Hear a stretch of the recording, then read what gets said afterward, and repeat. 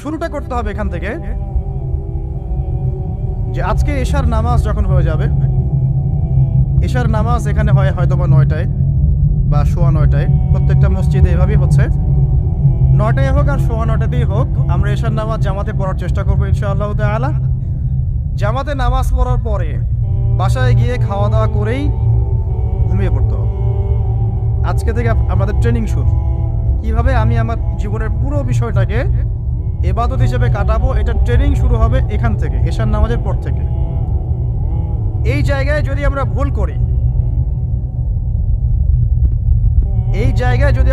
করি, বা এই বিষয়টা শক্ত করে আঁকড়ে ধরতে ব্যর্থ হই, তাহলে বাকি সব কাজগুলো ভেস্তে যাবে। এটা ভালো করে মাথায় রাখবেন। প্রথম কাজ কি? এশার নামাজের পরে কি করবেন? ঘুমিয়ে যাবেন।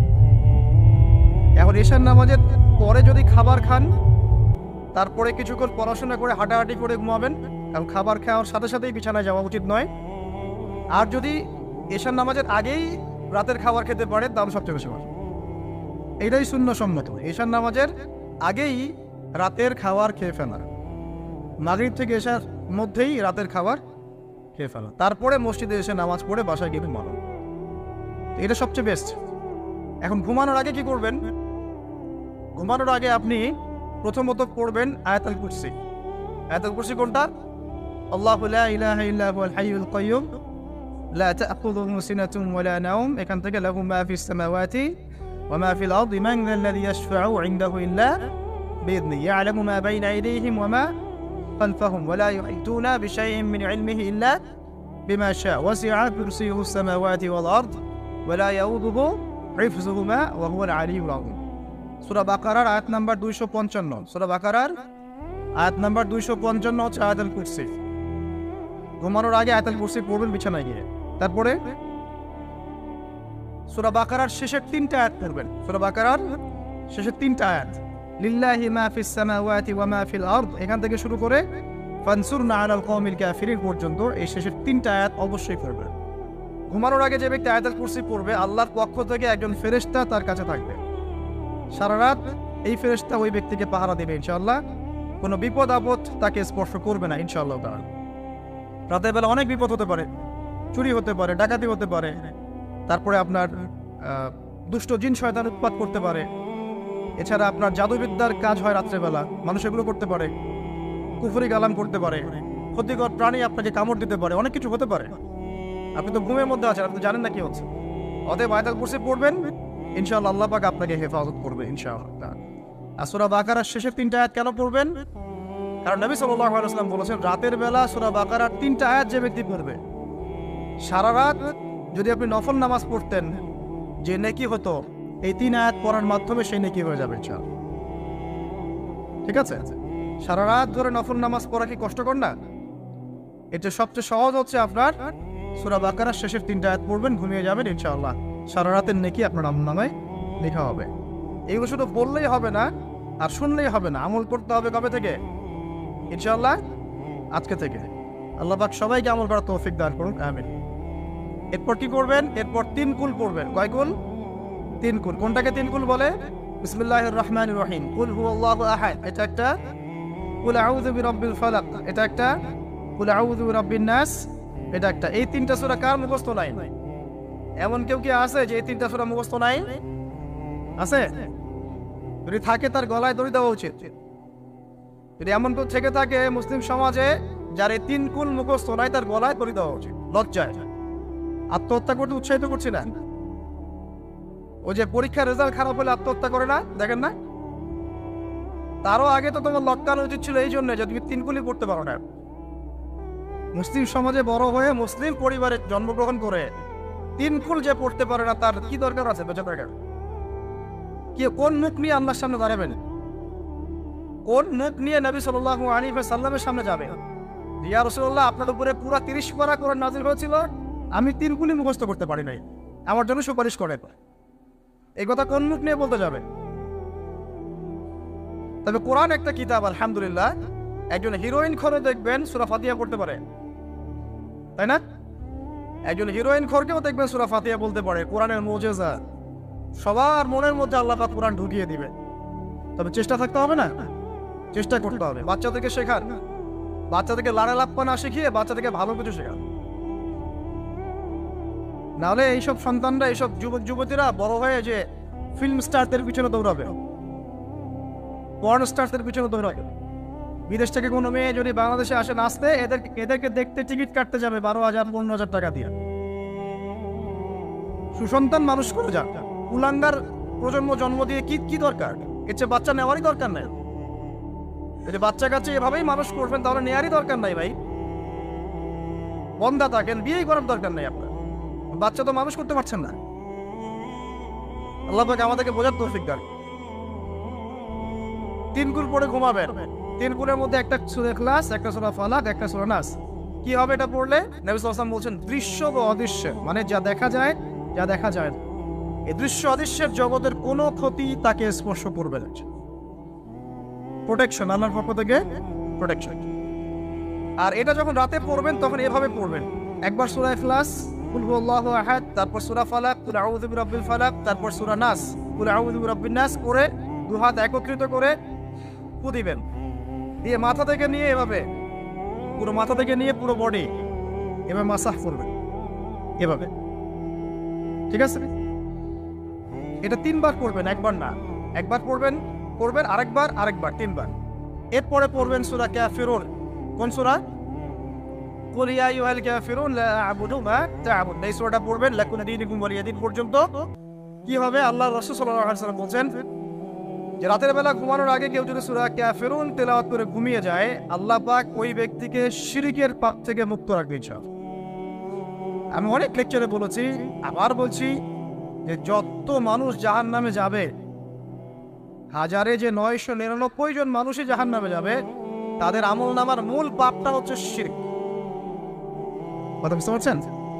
এই যে হাজারে যে পুরো 99% মানুষ জাহান্নামে যাচ্ছে, এটা তো হাদিস। তার মধ্যে যারা জাহান্নামে যাবে তাদের আমলনামায় সবচেয়ে কমন যে পাপটা থাকবে সেটা হলো কি? শিরকের পাপ। কারণ শিরক ছাড়া আল্লাহ পাক যে কোনো পাপ তওবা করলেই যাকে ইচ্ছা মাফ করে দিতে পারে। শিরকরত অবস্থায় কোনো মানুষ যদি মারা যায় তাহলে সে ব্যক্তি জাহান্নামে যাবে, এটাই চূড়ান্ত। ইল্লা মাশাআল্লাহ। তো সূরা কাফিরুন যদি আপনি তেলাওয়াত করেন, আল্লাহ পাক আপনাকে শিরক থেকে বাঁচাবেন। শিরক সম্পর্কে বিস্তারিত জানার জন্য আপনি পড়েন কিতাবুত তাওহীদ। কোন বই? কিতাবুত তাওহীদ। এই বইটাকে পড়েন, দেখবেন এখানে শিরকের সমস্ত বিষয়গুলো লেখা আছে। কোন কোন কাজ করলে শিরক হয়, কোন কোন কথা বললে শিরক হয়, কি চিন্তা করলে শিরক হয়। মনে রাখেন, এই যুগে সবচেয়ে বেশি যে পাপে মানুষ ডুবে আছে এটা হলো শিরকের পাপ। শুধু শিরক নিয়ে আমি আলাদা লেকচার দিব ইনশাআল্লাহ, কারণ এখন শিরকের আলোচনা শুরু করলে আর প্রোডাক্টিভ নিশ্চয়ই আলোচনা করতে পারবো। এটা এত ডিটেলস একটা সাবজেক্ট। মনে রাখবেন, শিরক চিন্তায় হয়, কথায় হয় এবং কাজে হয়। এই 3 শ্রেণীর শিরকের বিস্তারিত বিবরণ দেওয়া আছে কিতাবুত তাওহীদ নামক একটা বই। বাজারে কিনতে পাওয়া যায়, পড়ে দেখবেন। আর কি? রাতের বেলা শোয়ার আগে পড়বেন 33 বার সুবহানাল্লাহ, 33 বার আলহামদুলিল্লাহ এবং 34 বার আল্লাহু আকবার। আল্লাহর পক্ষ থেকে আপনার শরীরে শক্তি আসবে। এটা যারা নিয়মিত আমল করে, আল্লাহর পক্ষ থেকে তাদের শরীরে শক্তি আসে।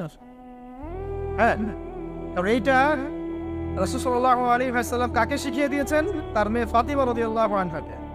ফাতিমা রাদিয়াল্লাহু আনহা এবং আলী রাদিয়াল্লাহু আনহু, তারা দুজন গিয়েছেন আল্লাহ রাসূলের দরবারে, গিয়ে বলেছেন আমাদেরকে একজন দাসী বা দাস দিন।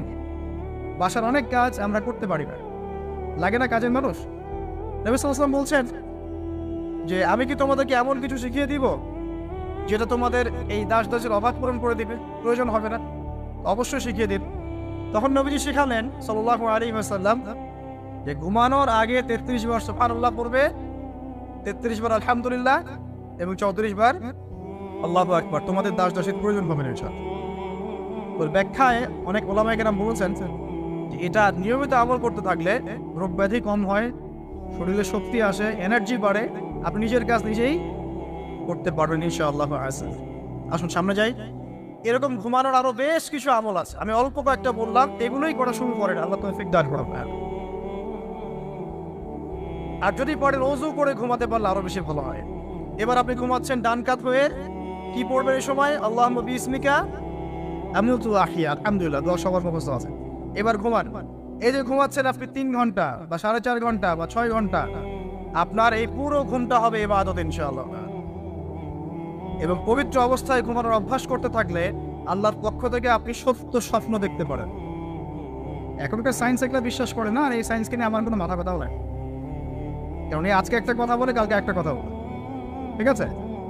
আল্লাহর পক্ষ থেকে আপনি সত্য স্বপ্ন দেখতে পারেন। ইউসুফ আলাইহিস সালাম জেলখানায় বন্দী, সূরা ইউসুফ পড়ে দেখেন, তখন কয়েদিদের মধ্যে 2 জন স্বপ্ন দেখেছে। একজন স্বপ্ন দেখছে তার মাথার উপরে রুটি, উপর থেকে পাখি এটা ঠোকরে কি করছে, খেয়ে নিয়ে চলে যাচ্ছে। আর একজন স্বপ্ন দেখেছে যে সে শরাব পান করাচ্ছে একজনকে, আছে না সূরা ইউসুফে? তো ইউসুফ আলাইহিস সালাম বললেন যে যার মাথা থেকে পাখি ঠোকরে খেয়ে নিচ্ছে খাবার, তাকে সুদণ্ড দেওয়া হবে, আর যে শরাব পান করাচ্ছে সে অতি শীঘ্রই মুক্ত হয়ে যাবে, জেল থেকে ছাড়া পেয়ে যাবে। কয়দিন পর তাই হয়। এই যে স্বপ্ন যারা দেখেছে এরা কি মুসলিম? এই স্বপ্ন যারা দেখেছে এরা কিন্তু মুসলিম না। ইউসুফ আলাইহিস সালাম মুসলিম, তিনি আল্লাহর নবী, তিনি স্বপ্নের ব্যাখ্যা করছেন, কিন্তু এখানে একজন অমুসলিমের স্বপ্ন সত্য হয়েছে। একজন অমুসলিমকে আল্লাহ পাক স্বপ্ন দেখাতে পারেন, দলিল আছে কোরআনে। সত্য স্বপ্ন বলে একটা বিষয় আছে, যেটার জন্য অবশ্যই আল্লাহর পক্ষ থেকে নূর দরকার, স্বচ্ছ একটা মন দরকার, কনফিন সালিম দরকার, বেশি বেশি আমল দরকার, হ্যাঁ, আধ্যাত্মিকত্ব দরকার, আল্লাহর মারিফাত দরকার, তারপরে ইনশাআল্লাহ সত্য স্বপ্নের প্রশ্ন আসবে। সারাদিন টিভি দেখে, গান সিরিয়াল দেখে, গালিগালাজ করে, গীবত তহমত করে, খোঁচাখুচি করে, চুলাচুলি করে, এদের সাথে সত্য স্বপ্নের কি সম্পর্ক? এদের কিন্তু শয়তান স্বপ্ন দেখা। কথা বুঝতে পারছেন? ফজরের নামাজের পরে নবী সাল্লাল্লাহু আলাইহি ওয়াসাল্লাম বসে থাকতেন, সাহাবীরা তাকে বলতেন কে কোন স্বপ্ন দেখেছেন, তিনি বলতেন, এবং তিনি স্বপ্নের ব্যাখ্যা ইন্টারপ্রিটেশন করতেন যে এটা এটা এটা এমন এটা এমন। এমনকি এই যে আপনার উহুদের যুদ্ধের আগের রাতে অনেক সাহাবী স্বপ্ন দেখেছেন, এবং পরের দিন দেখবেন উহুদের দিনে অনেক সাহাবী শহীদ হয়েছে। তো যাই হোক, ওইদিকে আমি যাচ্ছি না। তো এই যে ঘুমটা আপনি ঘুমাচ্ছেন, ইনশাআল্লাহ আপনার ঘুমটা কি হচ্ছে? ইবাদত হচ্ছে না? আলহামদুলিল্লাহ, আলেম যারা তাদের ঘুমও ইবাদত। যারা যে মুসলিম, মুমিন, মুত্তাকি, আলেম, তাদের ঘুমগুলো কি ইবাদত। এখন ঘুমান শেষ, ঘুমের মধ্যে যদি দুঃস্বপ্ন দেখেন তাহলে আপনি বাম দিকে 3 বার থুতু ফেলবেন, ফেলে আউযু বিল্লাহি মিনাশ শাইতানির রাজিম পড়বেন, পরে পাশ পরিবর্তন করে আবার ঘুমাবেন। এটা হয় না ঘুমের মধ্যে অনেক সময়?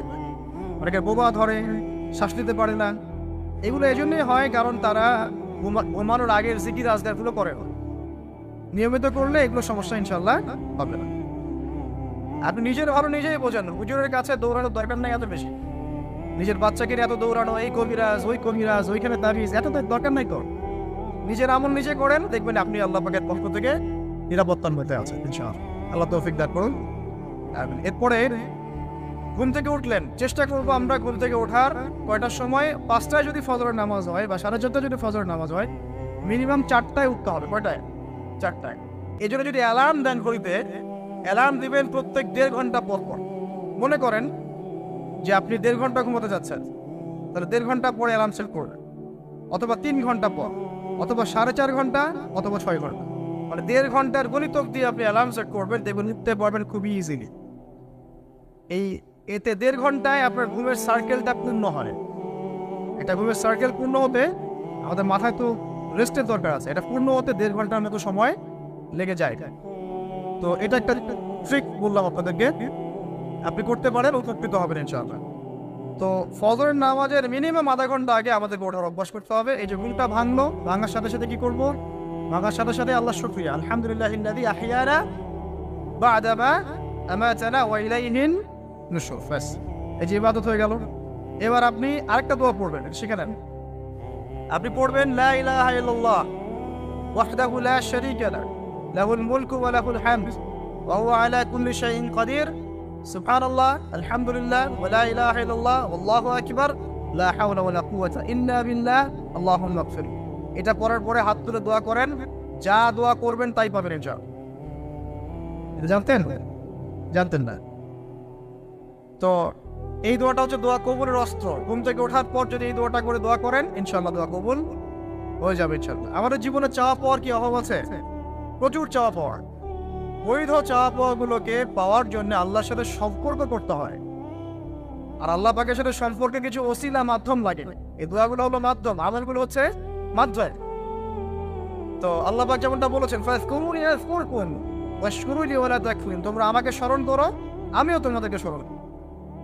আল্লাহ পাক তো এভাবে বলেছেন, যখন একজন মানুষ মনে মনে আমাকে ডাকে, আমিও মনে মনে ওকে স্মরণ করি।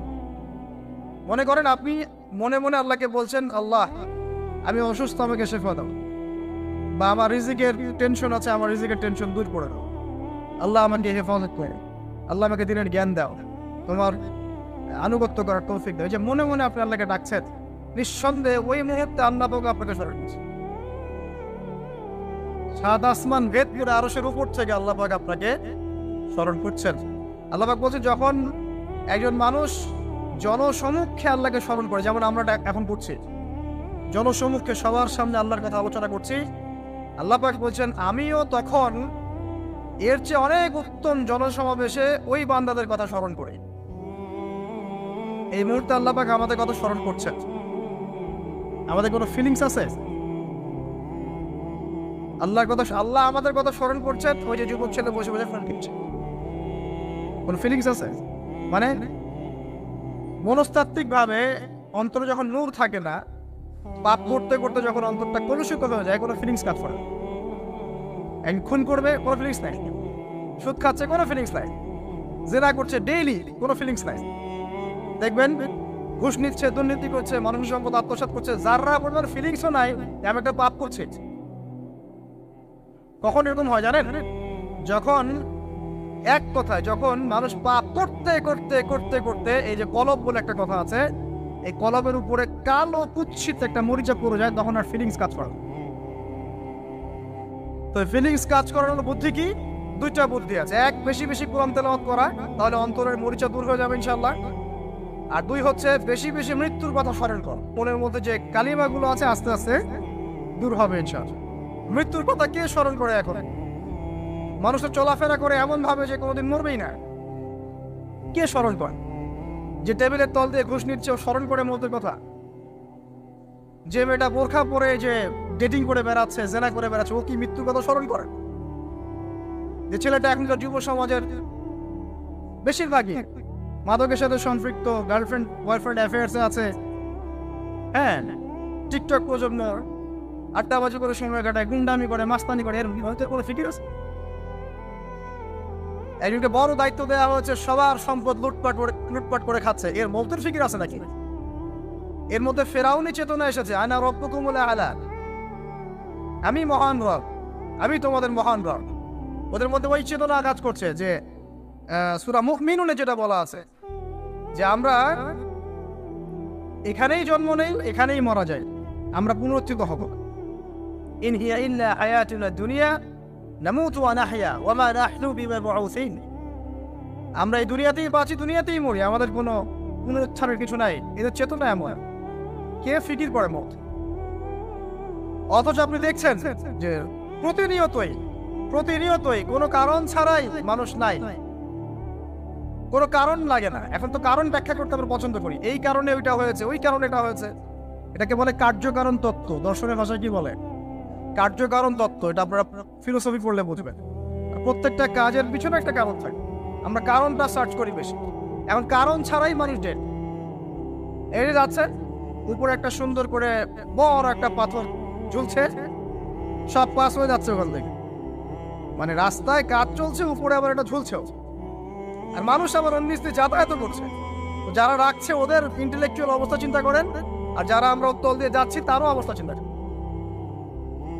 বুদ্ধিভিত্তিক ভাবে আমরা কোন জায়গায় চিন্তা করেন? মানে মানুষ বিজি রোড দিয়ে যাচ্ছে, ওখানেই কাজ হচ্ছে, আবার যেখানে কাজ হচ্ছে দেখছি সেখানে আমরাও আবার তল দিয়ে যাচ্ছি।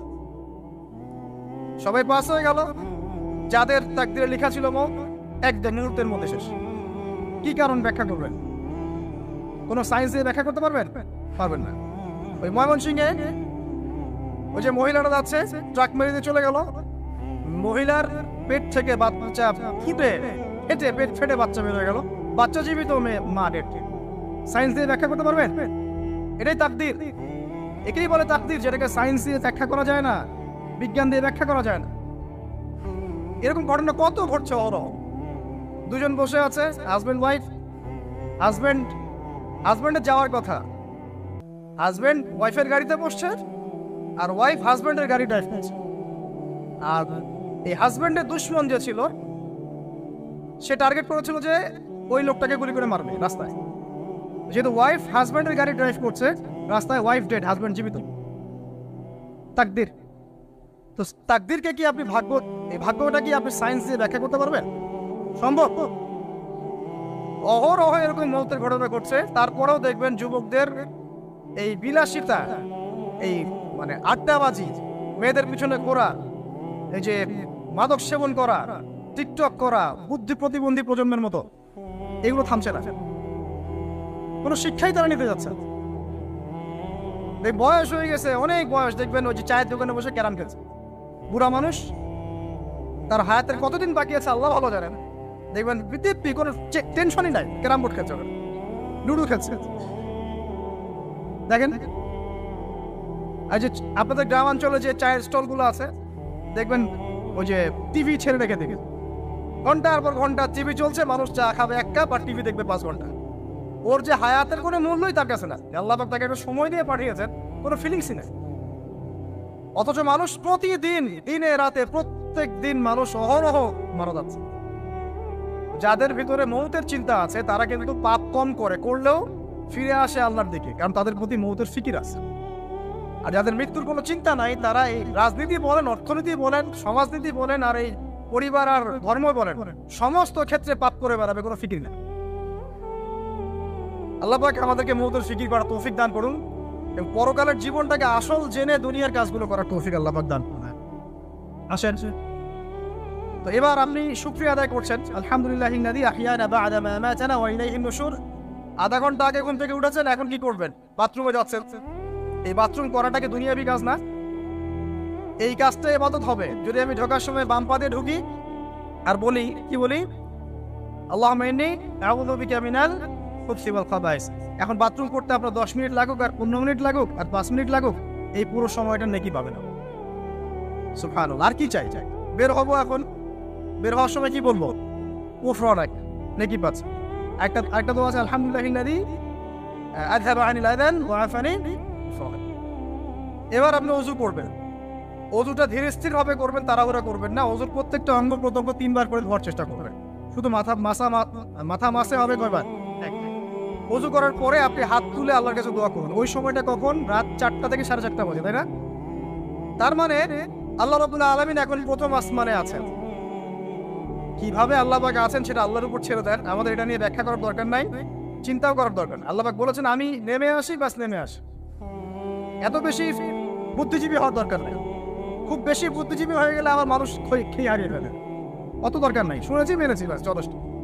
আল্লাহ পাক নেমে আসেন, কি বলেন? আল্লাহ বলেন যে কেউ কি আছো আমার কাছে কিছু চাইবে, আমি দিব। কেউ কি আছো যে আমাকে ডাকবে, আমি তোমার ডাকে সাড়া দেবো? কেউ কি আছো আমার কাছে কোনো কিছু দোয়া করবে? হ্যাঁ, হাজত আছে, আমি পূরণ করে দেবো। এভাবে আল্লাহ পাক ফজর পর্যন্ত বলতেই থাকেন। বলেন তো আমাদের কোনো ফিকির আছে? আমরা সবাই ঘুমাই কয়টায়? হয় 1টায়, না 2টায়, না 3টায়, ম্যাক্সিমাম এখনকার। আমি যে বিষয়টা নিয়ে কথা বলছি এটা খুবই কঠিন। 9টা থেকে 10টার মধ্যে বা 11টার মধ্যে ঘুমাতে হবে, এটা খুবই কঠিন বিষয় এখনকার জেনারেশনের কাজ। এর জন্য প্রথম যে কাজটা সেটা হলো রাত্রেবেলা স্মার্টফোন আর চালানো যাবে। এসার নামাজ শেষ, ফোন একদম ডয়ারে লক করে রাখবে। কিচ্ছু করার নাই। এটা না করতে পারলে আপনি ঘুমাতে পারবেনই না। এবং এরপর দিনে আসছি, তখন বলছি দিনে কিছু কাজ আছে। দিনের কাজগুলো যদি আবার ঠিকঠাক মতো করি তাহলে রাতে তাড়াতাড়ি ঘুম আসবে ইনশাআল্লাহ। যদি না করি তাহলে ঘুম আসবে না। তো শেষ রাতে আল্লাহ পাক আসমানে নেমে আসেন, প্রথম আসমানে, এবং এই আহ্বান করতে থাকেন। তাই ওই সময় ওযু করার পরেই আপনি হাত তুলে আল্লাহর কাছে দোয়া করা শুরু করেন। আপনার যত চাওয়া পাওয়া আছে আল্লাহর কাছে ঢেলে দেন, ইনশাআল্লাহ আল্লাহ রাব্বুল আলামিন আপনাকে খালি হাতে ফেরাবেন না ইনশাআল্লাহ। আল্লাহ পাক তো এমন করে বলেছেন যে কেউ হাত তুলেছে আল্লাহর কাছে আর আল্লাহ পাক সেটাকে খালি ফিরিয়ে দিবেন, এটাতে আল্লাহ লজ্জা বোধ হয়। কথা বুঝতে পারছেন? আমাদের যাদের অনেক সম্পদ আছে বা সামর্থ্য আছে এবং মন আছে বড়, তাদের কাছে যখন কেউ সাহায্য চায় আপনার খালি ফিরাইতে লজ্জা লাগে না? আপনার মনে হয় না যে চাইলো এত করে কিভাবে না করে ফিরাই? আছে না এমন মানুষ? আছে না? আসলে দান সৎকা করার জন্য সম্পদ লাগে না, দান সৎকা করার জন্য মন লাগে। কি লাগে? মন লাগে। দেখবেন অনেক কোটি আল্লাহ আছে মানুষ দান সৎকার করতে পারে না, জাকাতই তো দেয় না, দান সৎকার করবে কি?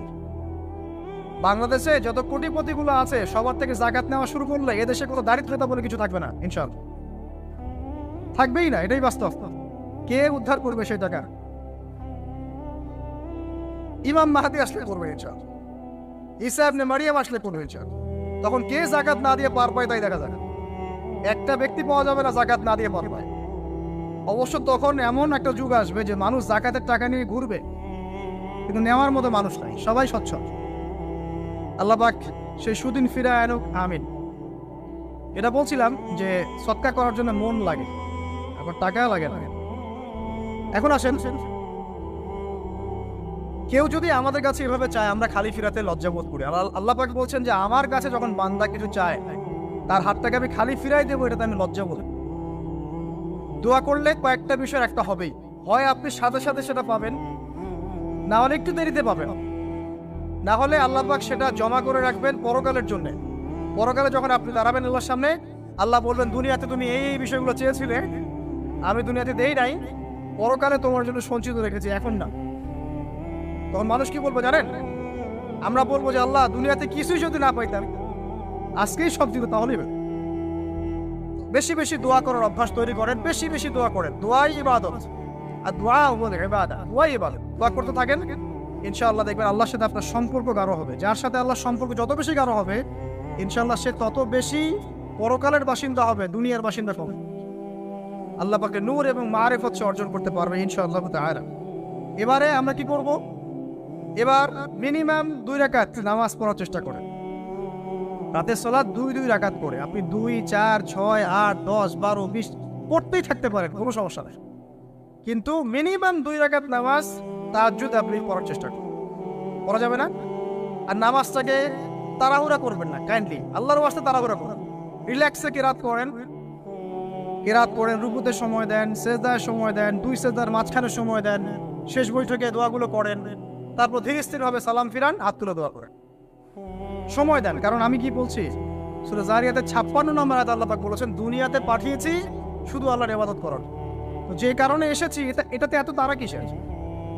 অনেক মসজিদে নামাজ পড়লে মনে হয় ইমাম সাহেবকে বলি যে আপনার কি পেশাব পায়খানার চাপ নিয়ে নামাজ পড়ান?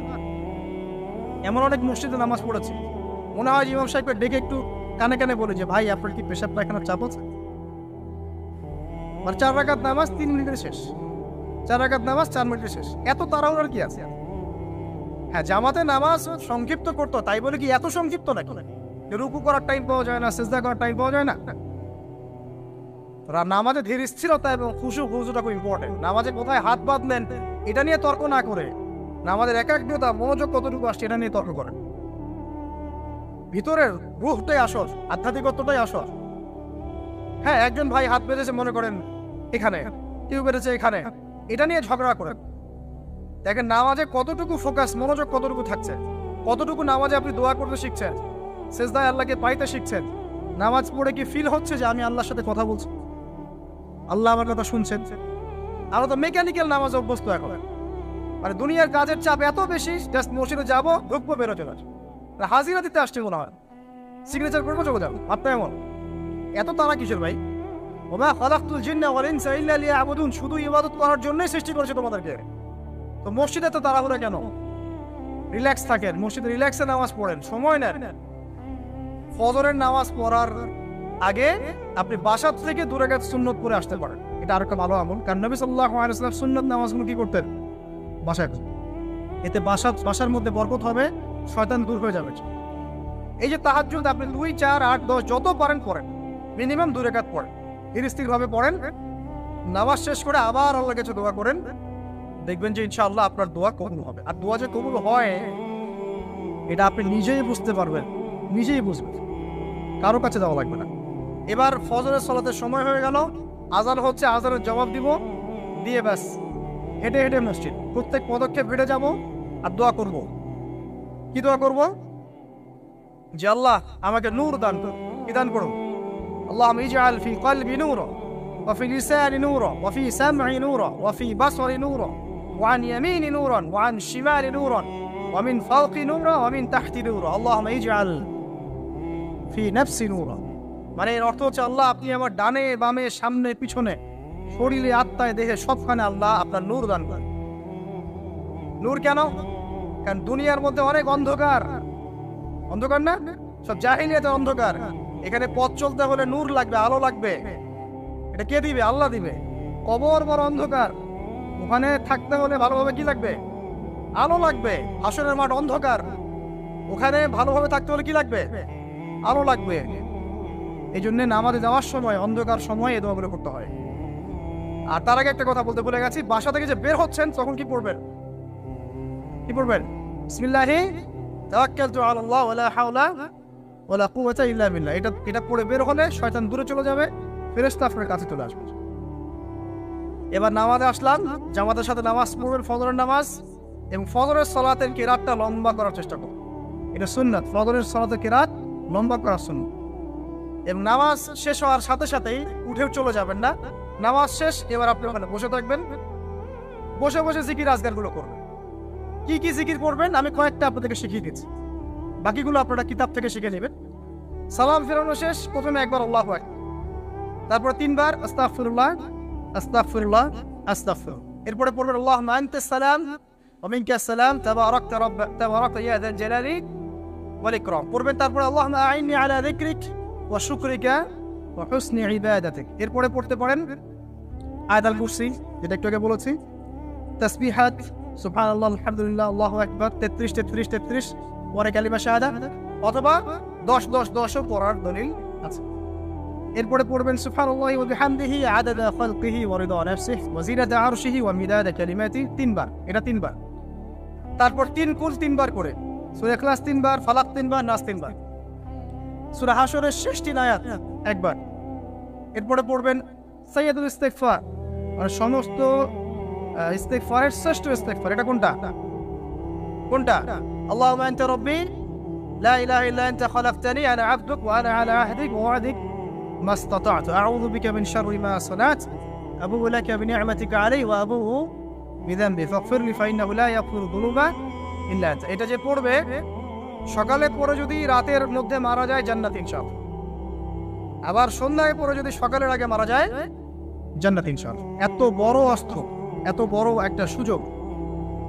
এরপরে পড়বেন আমার পছন্দের কয়েকটা, আউযু বিকালিমাতিল্লাহি তাম্মাতি মিন শাররি মা খালাক 3 বার। এটা যদি আপনি পড়েন আপনি দৃশ্য অদৃশ্যের ক্ষতি থেকে বেঁচে থাকবেন ইনশাআল্লাহ। দুষ্ট জিন শয়তান আপনার কোনো ক্ষতি করতে পারবে না ইনশাআল্লাহ।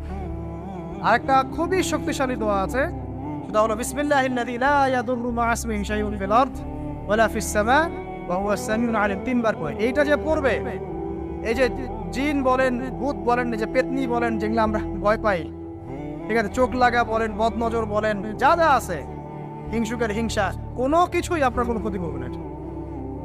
এবং ইনশাআল্লাহ আপনি হঠাৎ মৃত্যুবরণ থেকে বেঁচে থাকবেন, হঠাৎ মৃত্যুবরণ। এটা কিন্তু সবার জন্য নিয়ামত, এটা সবার জন্য নিয়ামত। তারপরে আসেন, এরপর পড়বেন 10 বার লা ইলাহা ইল্লাল্লাহ ওয়াহদাহু লা শারীকা লাহু লাহুল মুলকু ওয়া লাহুল হামদ ওয়া হুয়া আলা কুল্লি শাইইন কাদির। এটা 10 বার পড়লেও হবে। আর যদি 100 বার পড়তে পারেন তাহলে আপনার চেয়ে বেশি নেকি কেউই অর্জন করতে পারবে। যদি 100 বার এই দোয়াটা কেউ পড়ে সারা দিনে, লা ইলাহা ইল্লাল্লাহ ওয়াহদাহু লা শারীকা লাহু লাহুল মুলক ওয়া লাহুল হামদ ওয়া হুয়া আলা কুল্লি শাইইন কাদির, ওই দিন শয়তান তার কাছে আসবে না। 100 গুনাহ আমলনামা থেকে কেটে দেওয়া হবে, 100 নেকি লিখে দেওয়া হবে, এবং আল্লাহর কাছে দিন শেষে একটা তালিকা পেশ করা হয়, আজকের দিনে কে কি আমল করেছে, এই তালিকায় তার নাম দেখবেন সবার আগে আছে। ওই ব্যক্তির নামও থাকতে পারে যে 100 বারের চেয়ে বেশি পড়েছে, তখন তার নাম আগে চলে যাবে, এর নামটা পরে চলে যাবে। কথা বুঝতে পারছেন? মিনিমাম 100 বার পড়তে পারলে খুব ভালো হয়। যদি না পারেন কমপক্ষে কয়বার? 10 বার। আসেন, এরপরে পড়বেন 10 বার দরুদ শরীফ, আল্লাহুম্মা সাল্লি আলা মুহাম্মাদ ওয়া আলা আলি মুহাম্মাদ, যেটা আছে দরুদ ইব্রাহিম, এটা পড়তে পারেন, অথবা ছোট করে পড়তে পারেন আল্লাহুম্মা সাল্লি ওয়া সাল্লিম আলা নবিয়িনা মুহাম্মদ, এটা পড়লেও হবে, অথবা আল্লাহুম্মা সাল্লি আলা মুহাম্মাদ ওয়া সাল্লিম, এতটুকু পড়লেও ইনশাআল্লাহ হক আদায় হয়ে যাবে। 10 বার যে ব্যক্তি দরুদ পড়ে সকালে সন্ধ্যায়, নবী সাল্লাল্লাহু আলাইহি ওয়াসাল্লাম তার জন্য পরকালে সুপারিশ করবেন ইনশাআল্লাহ। যদি আমরা নবীজির সুপারিশ পেতে চাই, দরুদের কোনো বিকল্প নাই, বেশি বেশি দরুদ পড়তে থাকেন, তার সুন্নাহ অনুসরণ করেন, বেশি বেশি দরুদ পড়তে থাকেন। মিনিমাম সকালে 10 বার, সন্ধ্যায় 10 বার। ইনশাআল্লাহ আল্লাহ নবী সুপারিশ করবেন ইনশাআল্লাহ তাআলা। আর কাছে রাদিতু বিল্লাহি রাব্বান ওয়া বিল ইসলামি দীনান ওয়া বি মুহাম্মাদিন সাল্লাল্লাহু আলাইহি ওয়াসাল্লাম নবিয়্যা। এর একটা বড় ফজিলত আছে। কি ফজিলত? যে ব্যক্তি এই দোয়াটা সকাল সন্ধ্যা 3 বার করে পড়ে, কিয়ামতের মাঠে আল্লাহ পাকের উপর হক হয়ে যাবে, ওয়াজিব হয়ে যাবে, আল্লাহ ওই ব্যক্তিকে সন্তুষ্ট করে দেবেন ইনশাআল্লাহ। সন্তুষ্ট করে দিবেন মানে কি? ইনশাআল্লাহ সে জান্নাতে যাবে। আরেকটা আছে, এটা বলে শেষ করি, হাসবি আল্লাহু লা ইলাহা ইল্লাহু আলাইহি তাওয়াক্কালতু ওয়া হুয়া রাব্বুল আরশিল আযীম। এটা পড়তে হবে 7 বার। কয়বার? 7 বার। তাহলে কি হবে? আপনার দুনিয়া আখিরাতের যে চাওয়া পাওয়াগুলো আছে, এর জন্য আল্লাহ পাকই আপনার জন্য যথেষ্ট হয়ে যাবে, কাউকে লাগবে না। এগুলা ফরজ নামাজ মানে ফজরের নামাজ জামাতে পড়ার পরে বসে বসে এইগুলো করতে থাকবেন। যদি দোয়া আগে করা হয়, নামাজে মোনাজাত যেটা হচ্ছে আমাদের সমাজে, এটা যদি আগে করে ফেলা হয়, তাহলে দোয়ার পরে বসে থাকবেন, বসে বসে এগুলো করতে থাকবেন। যদি পারেন ইশরাকের নামাজটা পড়ে মসজিদ থেকে বের হতে পারেন। ইশরাকের নামাজ মানে ফজরের সূর্য উঠে যাওয়ার পরে 2 রাকাত নফল পড়ে যে ব্যক্তি যাবে বাসায়, মানে প্রথমে ফজরের নামাজ জামাতে পড়েছে, জিকির আজকার করেছে, ইশরাকের সময় হয়েছে, নামাজ পড়ে বের হলো, এই ব্যক্তির আমলনামায় একটা কবুল হজের নেকি দেওয়া হবে, একটা কবুল ওমরার নেকি দেওয়া হবে। এগুলো খুবই সহজে আমল করা যায়। এরপরে আপনি বাসায় ফিরে গিয়ে বা মসজিদেই কোরআন তেলাওয়াত করবেন। আমরা কোরআন তেলাওয়াত করব। কোরআন তেলাওয়াত করবেন 1 পারা, 1 পারা পারেন না অর্ধেক পারা, অর্ধেক পারা পারেন না 5 পৃষ্ঠা, 5 পৃষ্ঠা পারেন না কমপক্ষে 1 পৃষ্ঠা পারবেন না, 1 পৃষ্ঠা করে হলেও প্রতিদিন কোরআন তেলাওয়াত করতে হবে। পারবেন না ইনশাআল্লাহ? প্রত্যেক হরফে 10 নেকি পাবেন। কোরআন আপনার পক্ষে সুপারিশ করবে ইনশাআল্লাহ, এবং এই কোরআন আপনাকে ছায়া দিবে, সূরা বাকারা আলে ইমরানের মতো ছায়া দিবে কিয়ামতের মাঠে। এবং এটা নবী সাল্লাল্লাহু আলাইহি ওয়াসাল্লাম যেটা বলেছেন, আল কোরআন হুজ্জাতুল লাকা আলাইক, এটা তোমার পক্ষে সাক্ষী দিবে অথবা বিপক্ষে সাক্ষী দিবে। তো কোরআন তেলাওয়াত করবেন। এরপরে আমরা কি করি? আমরা হয়তো যে যার মতো চলে যাই, কেউ স্কুলে চলে যান, নাস্তা করেন। আচ্ছা, নাস্তার আগে একটা কথা বলি। সকালে নাস্তা করবেন এমন ভাবে যে, এখনকার ডক্টররাও বলেন এই কথাটা, সকালবেলা একটু বেশি খেতে হয়, সকালবেলা একটু বেশি হেভি ফুড নিতে হয়, দুপুরে তার চেয়ে একটু কম, রাতে আরো কম। আর আমাদের তো উল্টা, কিন্তু সকালে অল্প একটু, দুপুরে একদম বিশাল, রাতের বেলা আরো বিশাল, নাকি? তো নিয়মটা হচ্ছে এই যে সকালে খেতে হয় বেশি, সারাদিন আপনাকে কাজ করতে হবে, সকালে আপনাকে বেশি হাইজেনিক ভালো ফুড খেতে হবে, দুপুরে তার চেয়ে একটু কম, আর রাতে তার চেয়ে কম। এভাবে খেতে পারলে প্রফিটিক খাওয়া হবে ইনশাল্লাহ। আর খাবার আমাদের সুন্নাহ মতো খাওয়ার দরকার নেই, নবী সাল্লাল্লাহু আলাইহি ওয়াসাল্লামের সুন্নাহ মতো খায়। 2টা হাদিস বলবো মেয়েদের জন্য। এখানে মা বোনরা আছে? নবী সাল্লাল্লাহু আলাইহি ওয়াসাল্লাম বলেছেন, শেষ জামানার সবচেয়ে বড় ফিতনার নাম কি বলেন? না, মাসিহুদ দাজ্জাল। কি নাম? মাসিহুদ দাজ্জাল। এই পৃথিবীর সমস্ত ফিতনা একত্রিত করলেও দাজ্জালের মতো কিন্তু হবে না। এই দাজ্জালের অনুসারী হবে এক শ্রেণীর নারী। মাসিহুদ দাজ্জালের অনুসারী হবে এমন এক শ্রেণীর নারী যাদেরকে মুমিন পিতা, ভাই বা স্বামী ঘরে রাখতে পারবে না, তারা বাঁধন ছিঁড়ে বেরিয়ে যাবে। এখন কোন কারণে আপনি তাদেরকে বাসায় রাখতে পারছেন না, আপনি চিন্তা করেন। আর দাজ্জাল আসতে কতটুকু বাকি আছে আপনি ভাবেন, ভাবতে বলছেন।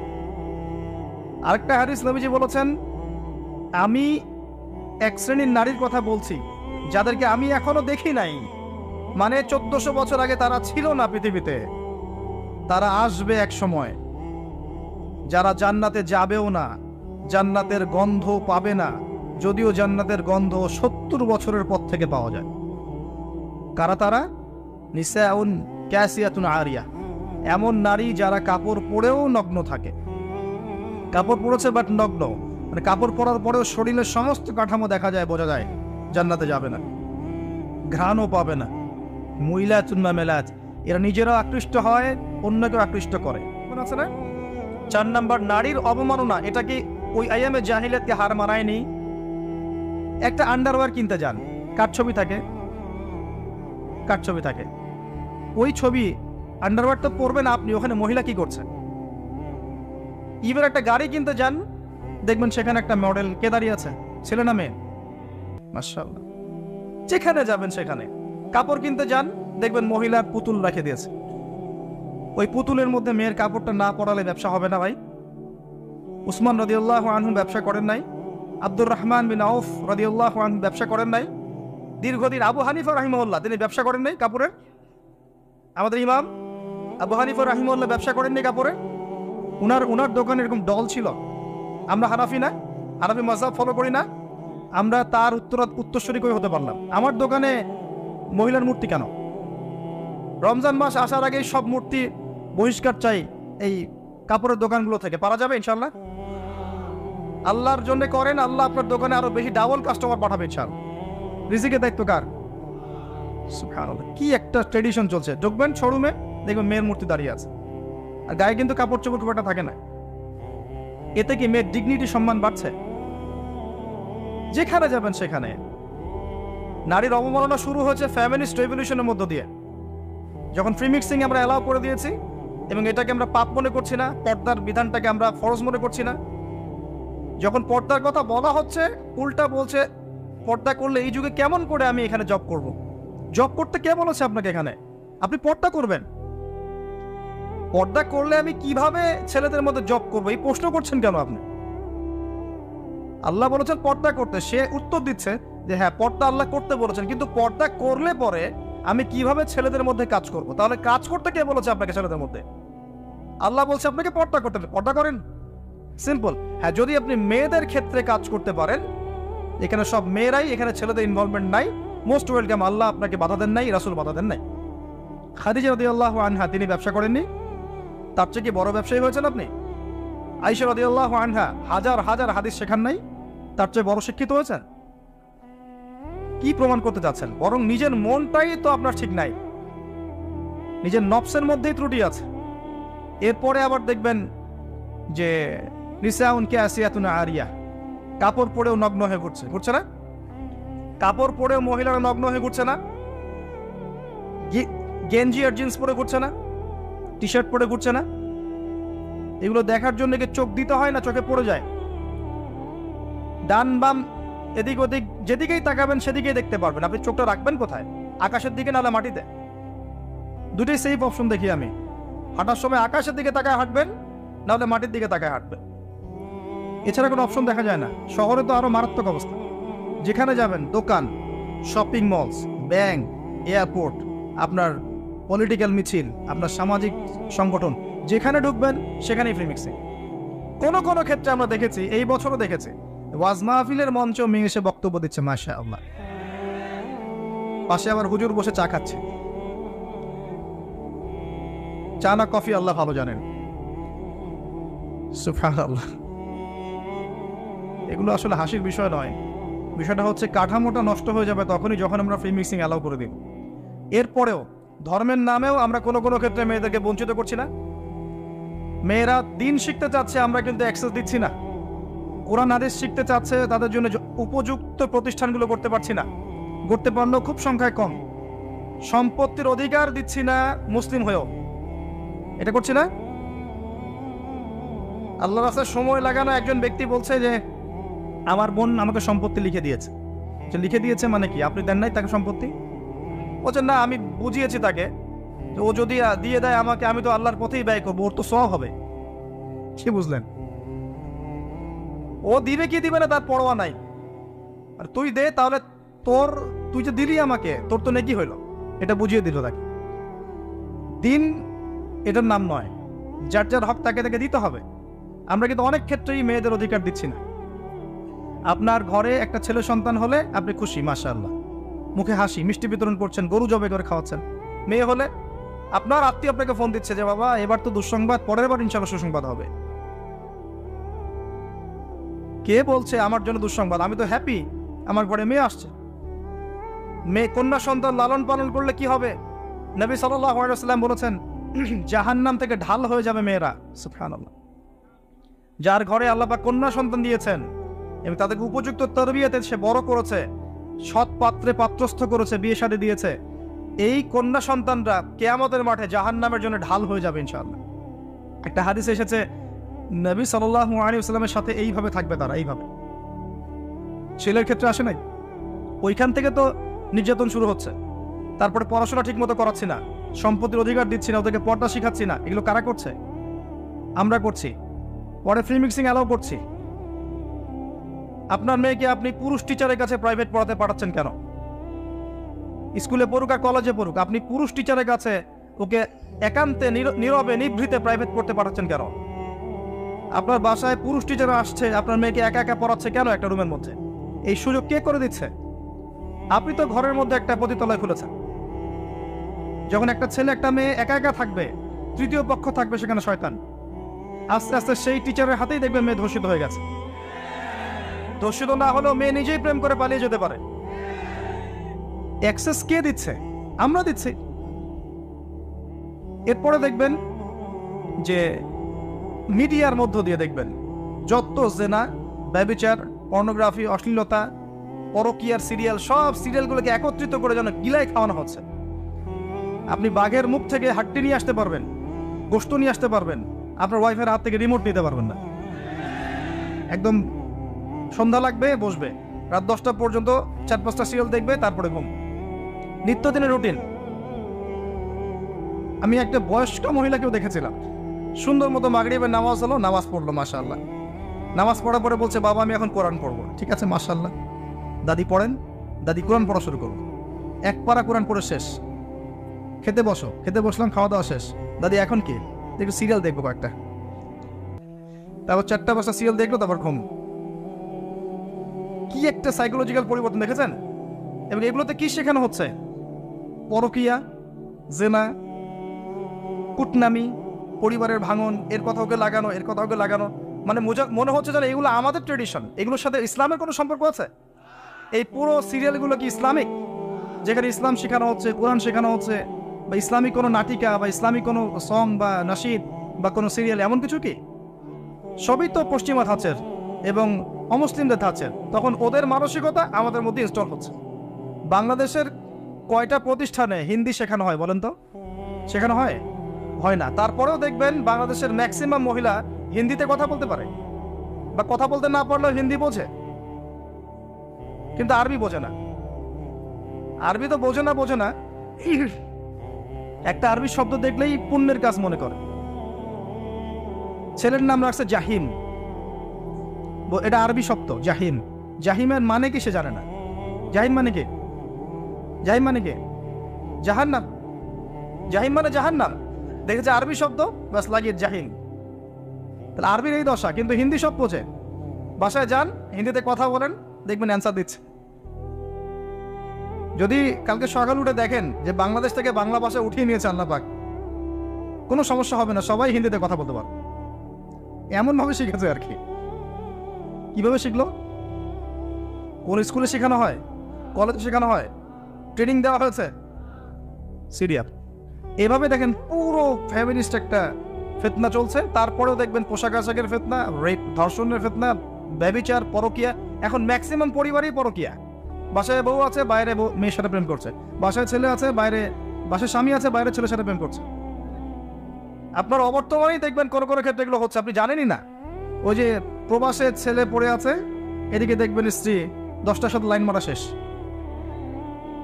এবং শহর কেন্দ্রিক যারা উচ্চ ইয়াতে আছে আর কি, উচ্চবংশী অনেক মহিলাদের জীবন তো দেখবেন বাঁধন ছাড়া। কি করছে না করছে ঠিক নাই। মোটর সাইকেল নিয়ে দাবড়ায় বেড়াচ্ছে, বারে যাচ্ছে, মদ খাচ্ছে, এখানে বন্ধুদের সাথে আড্ডা মারছে। এই যে আপনাদের কক্সবাজার বিচেও দেখবেন ছেলে মেয়ে বসে সিগারেট খাচ্ছে, গিটার বাজাচ্ছে, গান গাচ্ছে, রাতের বেলা শুয়ে আছে, ছেলের কোলে মেয়ে শুয়ে আছে, গোল হয়ে বয়ফ্রেন্ড গার্লফ্রেন্ড বান্ধবী। এদের তো বাবা নাই, মারা গেছে। এদের মা নাই, মারা গেছে। এদের বাপ মা স্বামী ভাই কেউ যদি বেঁচে থাকতো তারা এগুলো করতে পারতো? এদের তো কোনো ওয়ারিশই নাই, কেউ কিচ্ছু বলার নাই। মানে এই বিচের পরিবেশও নষ্ট করে ফেলছে এরা। আপনাদের এই পরিবেশটা নির্মল শান্ত ছিল না? এখন দেখবেন বেহায়ের কারণে, বেহায় পড়ার কারণে যাওয়াই যায় না, দাঁড়ানোই যায় না, তাকানোই যায় না। খুঁজতে হয়, দিনী ভাই থেকে বলতে হয় এমন বিচে নিয়ে চলো যেখানে মানুষ নাই, একা একা দাঁড়ানো যাবে। প্রতিটা ক্ষেত্রে ফিতনা ছড়িয়ে পড়েছে এই যে ফ্যামিনিস্ট রেভলিউশনের কারণে। একটা হাদিস মনে করিয়ে দিই, দুইটা হাদিস বলবো মেয়েদের জন্য। কিন্তু মা বোনরা আছে? নবী সাল্লাল্লাহু আলাইহি ওয়াসাল্লাম বলেছেন শেষ জামানার সবচেয়ে বড় ফিতনার নাম কি বলেন? না, মাসিহুদ দাজ্জাল। কি নাম? মাসিহুদ দাজ্জাল। এই পৃথিবীর সমস্ত ফিতনা একত্রিত করলেও দাজ্জালের মতো কিন্তু হবে না। এই দাজ্জালের অনুসারী হবে এক শ্রেণীর নারী। মাসিহুদ দাজ্জালের অনুসারী হবে এমন এক শ্রেণীর নারী যাদেরকে মুমিন পিতা, ভাই বা স্বামী ঘরে রাখতে পারবে না, তারা বাঁধন ছিঁড়ে বেরিয়ে যাবে। এখন কোন কারণে আপনি তাদেরকে বাসায় রাখতে পারছেন না আপনি চিন্তা করেন, আর দাজ্জাল আসতে কতটুকু বাকি আছে আপনি ভাবেন। ভাবতে বলছে। আরেকটা হাদিস নবীজি বলেছেন, আমি এক শ্রেণীর নারীর কথা বলছি যাদেরকে আমি এখনো দেখি নাই, মানে 1400 বছর আগে তারা ছিল না পৃথিবীতে, তারা আসবে এক সময়, যারা জান্নাতে যাবেও না, জান্নাতের গন্ধ পাবে না, যদিও জান্নাতের গন্ধ 70 বছরের পর থেকে পাওয়া যায়। কারা তারা? নিসাউন কাসিয়াতুন আরিয়া, এমন নারী যারা কাপড় পরেও নগ্ন থাকে। কাপড় পরেছে বাট নগ্ন, মানে কাপড় পরার পরেও শরীরের সমস্ত কাঠামো দেখা যায়, বোঝা যায় জান্নাতে যাবে না, ঘ্রাণও পাবে না। মুইলাতুন মামেলাত, এরা নিজেরাও আকৃষ্ট হয়, অন্যকেও আকৃষ্ট করে। আরেকটা সুসংবাদের হাদিস, এসব থেকে বের হয়ে যদি মহিলারা আল্লাহ এবং তার রাসূলের আনুগত্য করতে পারে, মাত্র 4টা কাজ করলেই জান্নাত নিশ্চিত। মাত্র 4টা কাজ করলেই মেয়েদের জান্নাত নিশ্চিত ইনশাআল্লাহ আযজা ওয়া জাল। 1 নাম্বার, যদি তারা 5 ওয়াক্ত নামাজ ঠিকঠাক মতো পড়ে। 2 নাম্বার, যদি তারা রমজান মাসের সওম রাখে। 3 নাম্বার, যদি তারা তাদের পর্দা ঠিক করে, সতীত্বের হেফাজত করে। আর 4 নাম্বার, যদি তারা তাদের স্বামী, নিজে সাজবেন না স্বামীর জন্য, বাইরের মানুষের জন্য সাজবেন। বাইরের মানুষের জন্য আপনি সবকিছু করবেন, স্বামীর খেয়াল করবেন না। স্বামী বাসায় আসলে বিরক্ত হচ্ছেন, বাইরের মানুষের জন্য আপনি সাজুগুজু করছেন। পুরো কাঠামো চেঞ্জ হয়ে গেছে এখন। সমাজের হৃদ্যতা, পরিবারের হৃদ্যতা, ভালোবাসা থাকবে কিভাবে? নিজেকে তো স্বামীর মনের মতো করে করতে পারছেন না। সবসময় স্বামীকে প্রেশার দিচ্ছেন, এইটা লাগবে, ওইটা লাগবে, এইটা আনো, ওইটা আনো, এই ঠিক নাই, ওই ঠিক নাই। তোমার ঘরে এসে আমি আর শান্তি পাচ্ছি না, বাপের বাসায় ভালো ছিলাম। কে বলেছে হালাল খেতে? একটা সুদি চাকরি করলেই তো পারো, ওরা তো সবাই করছে, কি সমস্যা? এগুলো করে করে অনেক সময় স্বামীদেরকে হারামে ঠেলছে। আবার অনেক সময় এমন স্বামীও আছে, স্ত্রী দিনের পথে আসতে চায়, কোরআন পড়তে চায়, হাদিস পড়তে চায়, কত কি করতে চায়, স্বামী বলে এগুলো করা যাবে না, ফিতনা। স্বামী বলে এগুলো করার দরকার নাই, বাসায় থাকো চুপচাপ। দুই দিকে সমস্যা। আল্লাহর ওয়াস্তে উভয়ের মধ্যে আন্ডারস্ট্যান্ডিং বাড়ান, আল্লাহর দ্বীনকে কেন্দ্র করে পরিবার গঠন করেন, ধৈর্য ধরেন, সবর করেন, আপসে মিল মোহাম্মত বাড়ানোর চেষ্টা করেন। ইনশাআল্লাহ তাআলা ওই পরিবার থেকে ওমর এবং খালিদ রাদিয়াল্লাহু আনহুমা, তাদের মতো সাহাবীর মতো সন্তান জন্ম হবে ইনশাআল্লাহ। সমস্যা বলতে গেলে রাত শেষ হয়ে যাবে আর কি। এক একটা টপিক নিয়ে কথা বলতে পারছি না। এই যে ফিতনার কথাগুলো বলছিলাম, এই মহিলাদের ফিতনা ওই সময় যেমন ছিল এই সময় আছে। 4টা কাজ নবীজি করতে বলেছেন মেয়েদের ভালোর জন্য। তাদেরকে বলেছেন জান্নাতের যে কোনো দরজা দিয়ে ইচ্ছা তুমি ঢুকতে পারবে যদি 4টা কাজ করো: সালাত, সওম, পর্দা এবং স্বামীর আনুগত্য। স্বামী যদি আপনাকে খারাপ কোনো কাজ করতে বলেন, পর্দার খেলাফ কিছু করতে বলেন, বা এমন কোনো কাজের আদেশ করেন যেটা কোরআন সুন্নাহর বিরোধী, তখন আপনি তার কথা মানবেন না। এটা না মানাই হচ্ছে আপনার জন্য ফরজ। তখন তার কথা আপনি মানবেন না। তো প্রিয় ভাইরা, আমি ইনশাআল্লাহ পারিবারিক বিষয়গুলোকে নিয়ে ডিফারেন্ট কোনো লেকচারে ডিটেলস কথা বলবো। আজকে আমি এত কথা বলতে পারছি না, অনেক কথা আছে মনের মধ্যে জমানো আপনাদেরকে বলার জন্য, ফ্যামিলিগত বিষয়। কারণ ফ্যামিলিগুলো এখন এক একটা জাহান্নামের টুকরা হয়ে যাচ্ছে, এবং এত ফিতনা ছড়িয়ে পড়ছে ফ্যামিলিগুলোর মধ্যে, বাবায়, মায়ে, স্ত্রীতে, স্বামীতে, ভাইয়ে, বোনে, সন্তানে, যে আমরা আর সেই নববী পরিবারগুলো পাচ্ছি না। আর পারিবারিক বন্ধনগুলো যখন ভেঙে যাচ্ছে তখন দেখবেন সমাজে ফিতনাগুলো বাড়ছে। আমরা দোয়া করি আল্লাহ পাক মেয়েদেরকে 4টা কাজ ঠিকঠাক মতো করার তৌফিক দান করুন, আমিন। অনেকেই মেয়ে প্রশ্ন করে যে আপনি তো বলছেন 3 নাম্বার কাজটা হচ্ছে মেয়েদের পর্দার কথা, এই বিষয়টা ডিটেলস বলবেন। ডিটেলস আমার চেয়ে মুফতি সাহেবদের কাছে শুনবেন, আমি 4টা কথা বলবো খালি। 1 নাম্বার, প্রিয় বোন, আপনি আপনার পোশাকটা এমন করবেন না যেই পোশাকটা পরার পরেও শরীরের কাঠামো বোঝা যায়। সেটা বোরখা হলেও চলবে না। এমন বোরখা চলবে না যেই বোরখা পরে আপনার শরীরের কাঠামোটা বোঝা যায়। আমার হাত কতটুকু মোটা কি চিকন এখান থেকে বোঝা যাচ্ছে? যাচ্ছে না? যাচ্ছে না? এরকম পোশাক পরা যাবে না। এটা হাত না হয়ে অন্য যে কোনো অঙ্গ হতে পারত। আমার মনে হয় আর খুলে বলার প্রয়োজন নেই। এমন পোশাক পরা যাবে না যে পোশাক পরার পরেও এভাবে শরীরের কাঠামো বোঝা যায়। 1 2 হচ্ছে এমন পোশাক হবে না যেটা পরার পরেও অঙ্গ দেখা যায়। আমার এই কাপড়ের ভিতর থেকে কি আমার গায়ের রং বোঝা যায়? আমার হাত দেখা যায়? এমন কাপড় দিয়ে পোশাক বানাতে হবে যে কাপড় পরলে ভিতরের অঙ্গ দেখা যায় না। যদি দেখা যায় পর্দা হয় নাই, বোরখা পরলেও হয়নি। 3 নাম্বার, নারীরা পুরুষের কোনো পোশাক পরতে পারবে না। আপনি জিন্স পরতে পারেন না, আপনি গেঞ্জি পরতে পারেন না, এগুলো পরে রাস্তায় হাঁটতে পারেন না, আপনি টি শার্ট পরতে পারেন না। ছেলেদের কোনো পোশাক আপনি পরতে পারবেন না, মেয়েদের শালীন পোশাক আপনাকে পরতে হবে। 4 নাম্বার, অমুসলিমদের সাথে সাদৃশ্য আছে, তাদের রিলিজিয়নের সাথে সাদৃশ্য আছে এমন কোনো পোশাক আপনার পরা যাবে না। এই 4টা মূলনীতি ফলো করে আপনি পর্দা করেন, আল্লাহ পাক আপনাকে কবুল করুন। এরপরেও কথায় পর্দা আছে, হাঁটার মধ্যে পর্দা আছে, চাহনিতে পর্দা আছে, এক্সপ্রেশনে পর্দা আছে, সবকিছুর মধ্যেই মেয়ের পর্দা আছে। শালীনতা আল হায়া শু'বাতুম মিনাল ঈমান, নবীজি বলেছিলেন না একটা হাদিসে, ঈমানের 73টা শাখা আছে বা 70-এর বেশি শাখা আছে। তার প্রথমটা আফদালু লা ইলাহা ইল্লাল্লাহ ওয়া আদনাহা ইমাতাতুল আযান আনিত তারিক। উপর স্তর হচ্ছে লা ইলাহা ইল্লাল্লাহ, নিচেরটা হচ্ছে রাস্তা থেকে কষ্টদায়ক বস্তু সরানো। তারপরে এক্সট্রা একটা কথা বলেছেন আল হায়া ও শু'বাতুম মিনাল ঈমান, হায়া ঈমানের একটা বিশেষ অঙ্গ। যখন আপনার কাছে হায়া থাকবে না, লজ্জা থাকবে না, আপনি যে কোনো পাপ করতে পারবেন।